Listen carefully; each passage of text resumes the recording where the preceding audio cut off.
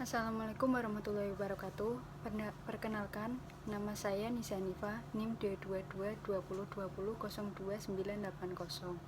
Di sini saya akan menjelaskan macam sistem digestif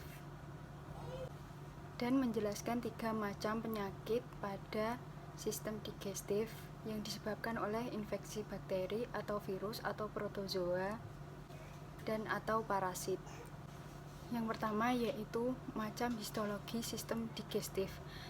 Saluran pencernaan umumnya mempunyai sifat struktural tertentu yang terdiri atas 4 lapisan utama, yaitu lapisan mukosa, submukosa, lapisan otot, dan lapisan serosa.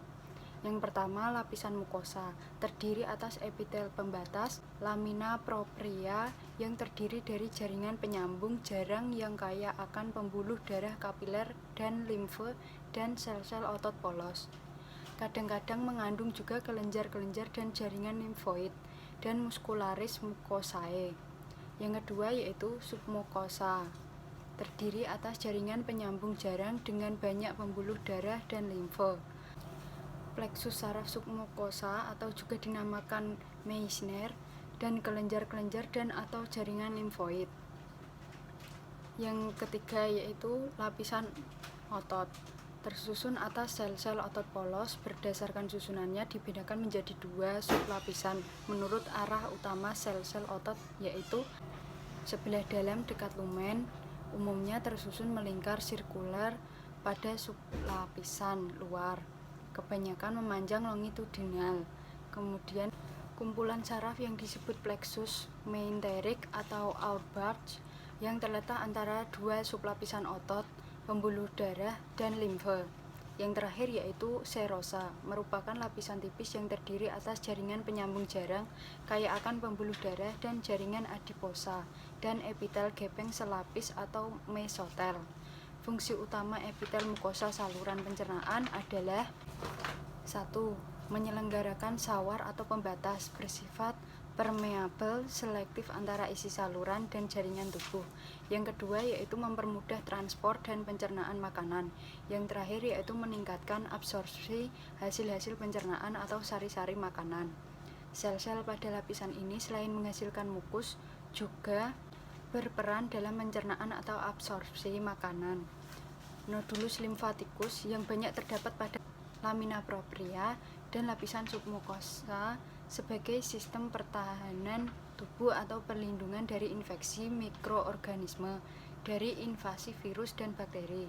Muskularis mukosae dan lapisan otot untuk pergerakan lapisan mukosa secara independen atau otonom dari pergerakan saluran pencernaan lain, sehingga meningkatkan kontak dengan makanan.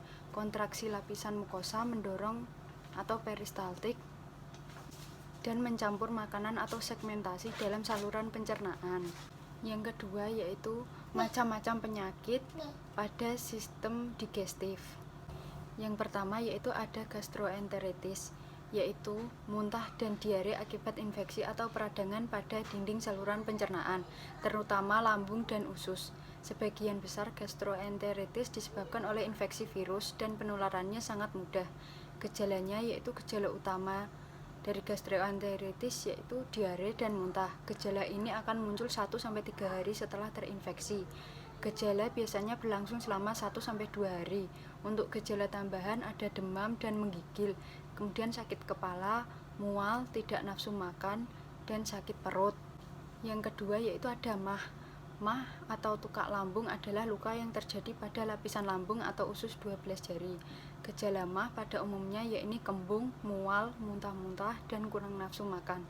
Gejala tersebut dapat terjadi 2-3 jam setelah makan atau terjadi pada malam hari saat perut kosong. Penyebab MAH yaitu infeksi bakteri Helicobacter pylori, efek samping penggunaan obat-obatan non-steroidal anti-inflammatory agent seperti aspirin, kemudian efek samping dari sering mengonsumsi makanan pedas. Yang terakhir yaitu ada diare.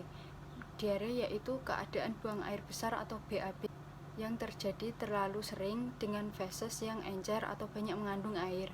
Penyebab diare yaitu intoleransi terhadap makanan seperti laktosa dan fruktosa. alergi makanan, efek samping dari obat-obatan tertentu, infeksi bakteri, virus, atau parasit, penyakit usus, pasca operasi batu empedu, dan radang pada saluran pencernaan. Gejala diare biasanya feses lembek dan cair, nyeri dan kram perut, mual dan muntah, nyeri kepala, kehilangan nafsu makan, dan haus terus-menerus, dan mengalami pendarahan pada feses. Sekian penjelasan dari saya. Apabila ada kesalahan, mohon maaf. Terima kasih.